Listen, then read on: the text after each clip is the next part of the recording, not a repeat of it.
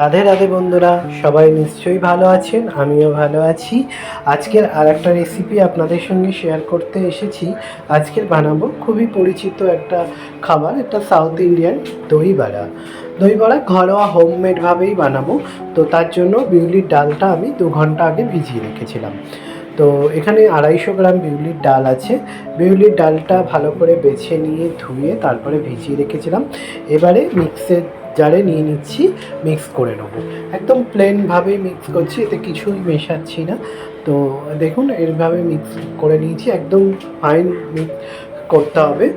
তো যাতে একটুও ওখানে ডালের দানা বা কিছু না থাকে। তো এইভাবে নিয়ে নিয়েছি, নিয়ে বাটিতে জাস্ট নুন দিয়ে ভালো করে একটু ফাটিয়ে নেবো। এখানে আমি সাদা নুনই ব্যবহার করেছি, কেউ চাইলে এটা বিট নুনও আর সাদা নুন দুটো একসাথে ব্যবহার করতে পারেন অল্প অল্প করে। আমি এখানে সাদা নুনটাই ব্যবহার করছি, করে ভালো করে হুইস্ক দিয়ে এটাকে ফাটিয়ে নিচ্ছি। ততক্ষণ ফাটাতে হবে যতক্ষণ না ডালটা ফুলে উঠবে এবং ভিতরে যতগুলো লাম্পস আছে ওগুলো একদম না থাকবে না, একদম দানা দানা কিছু থাকবে না, একদম মিহিভাবে ফাটাতে হবে। ফাটানোটা একটু টাইম, মোটামুটি ওই 15-20 মিনিট ধরে ভালো করে ফাটাতে হবে, তবেই বড়াটা সফট হবে এবং ভালোভাবে দই বড়াটা লাগবে খেতে।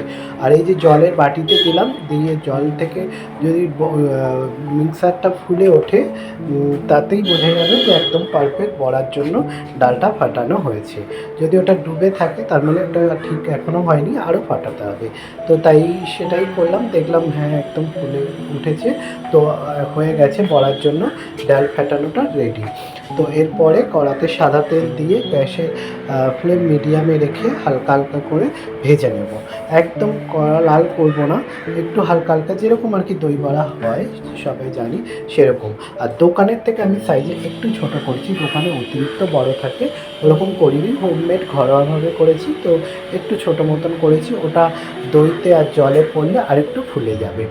তো এরকম ব্যাচ বাই ব্যাচে আমি ভেজে নেবো, একসঙ্গে তো হবে না। তো এখানে একটা ব্যাচ ভেজে নিচ্ছি, ভেজে নিয়ে তারপরে আর একটা ব্যাচ ভেজে নেব। এই দই বড়া টিফিনে বা সন্ধ্যের চাট হিসাবে খুবই ভালো হয়।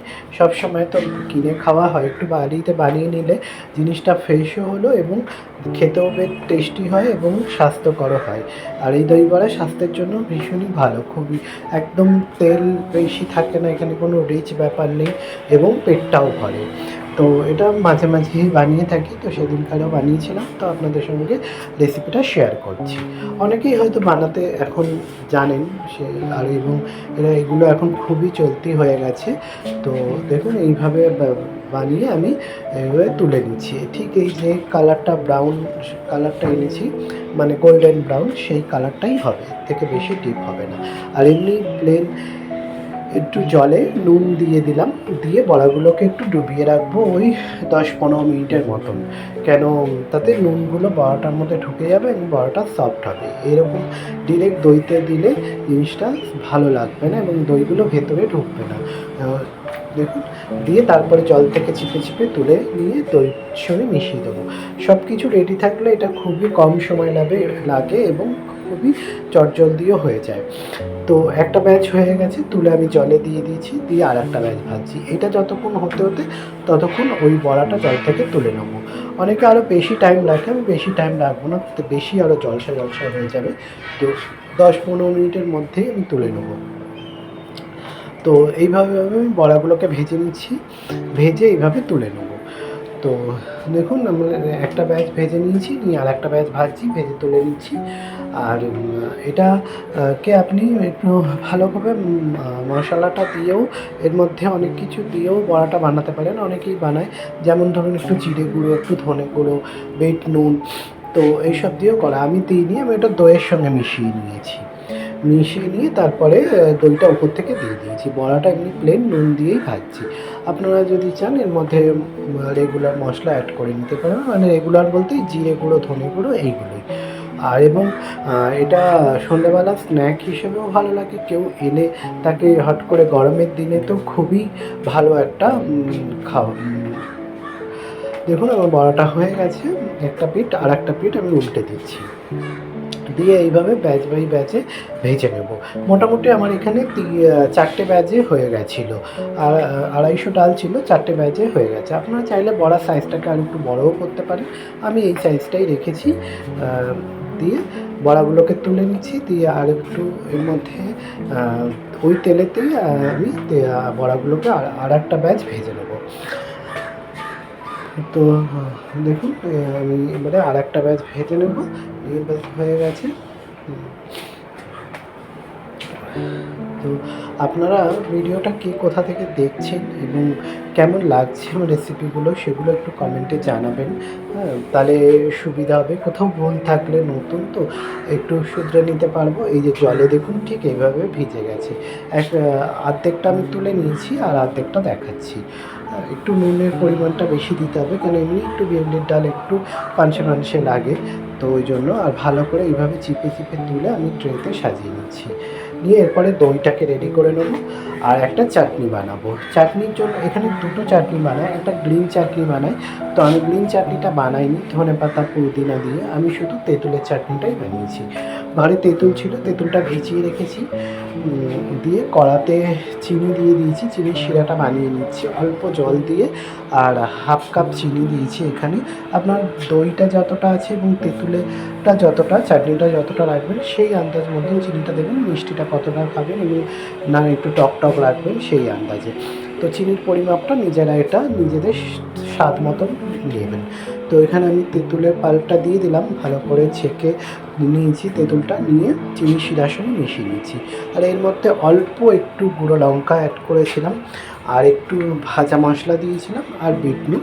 এখানে রেগুলার নুন দিইনি।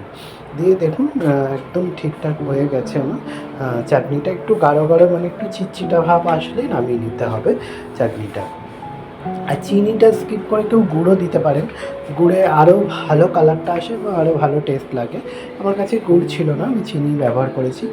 আমি বিট নুন দিলাম আর গুঁড়ো লঙ্কা দিলাম, দিয়ে আর একটু ভাজা মশলা দিয়ে ভালো করে এটাকে নামিয়ে নেব।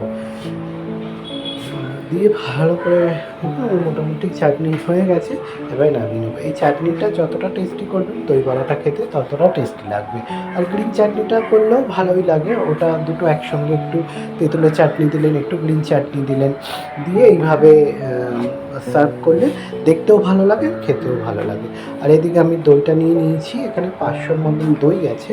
আর দইতে অল্প একটু জল মিশিয়ে নিয়েছি, একটু পাতলা করতে হবে, কেন বড়াগুলো ওর মধ্যে পুরো ডুবে থাকবে, ওই জন্য দইটা একটু পাতলা রাখতে হবে। আর এখানে মশলাগুলো দিয়ে নিয়েছি, এখানে বিট নুন দিলাম, একটু নুন দিলাম, জিরে গুঁড়ো দিলাম, ধনে গুঁড়ো সামান্য দিলাম, কেউ চাইলে নাও দিতে পারেন, কিন্তু জিরে গুঁড়োটা দিতে হবে। আর অল্প চিনি দিলাম, দইয়ের একটা টক ভাবটা চলে যাবে। দিয়ে ভালো করে নাড়িয়ে দিলাম, আর অল্প একটু গুঁড়ো লঙ্কা দিলাম, দিয়ে ভালো। আর ভাজা মশলা যেটা জিরে ধনে মৌরি সব একসঙ্গে করে ভেজে রেখেছিলাম, একটু দুটো চারটে এলাচ, এখানে গরম মশলা না, দালচিনি লবঙ্গটা বাদ দিয়ে শুধু এলাচটা সব দিয়ে একটা মশলা, ওটা আমার কড়াই থাকে তো সেটাই এখানে দিয়ে দিয়েছিলাম। দিয়ে দেখুন দইগুলোকে বড়ার থেকে উপর থেকে দিয়ে দিচ্ছি, দিয়ে বাটিটা ভালো করে ধুয়েও ওই জলটাও দেবো। দিয়ে এটাকে আপনি ওই আধা ঘন্টার মতন রেখে দেবেন, বড়াগুলো যাতে এর মধ্যে ঢুকে যায়, বড়াগুলোর মধ্যে যাতে দইটা ঢুকে যায় এবং সফট হয়ে যায়, তারপরে সার্ভ করবেন। আমার মোটামুটি রেডি হয়ে গেছে, দেখুন আমি সার্ভ করছি। এবারে বড়াগুলো দিয়ে দিচ্ছি, দিয়ে তারপরে তেঁতুলের যে চাটনিটা করেছি ওটা দেবো, দিয়ে তার উপর থেকে আপনি গ্রিন চাটনি যদি করেন গ্রিন চাটনিটা করে দেবেন, দিয়ে তারপরে একটু যদি মনে হয় একটু বিট নুন দিতে পারেন, দিয়ে তারপরে একটু ঝুরি ভাজা দিয়ে ওটাকে সার্ভ করতে হবে। তো আমি এইভাবে দই বড়াটা বানালাম, আপনাদের সঙ্গে শেয়ার করলাম।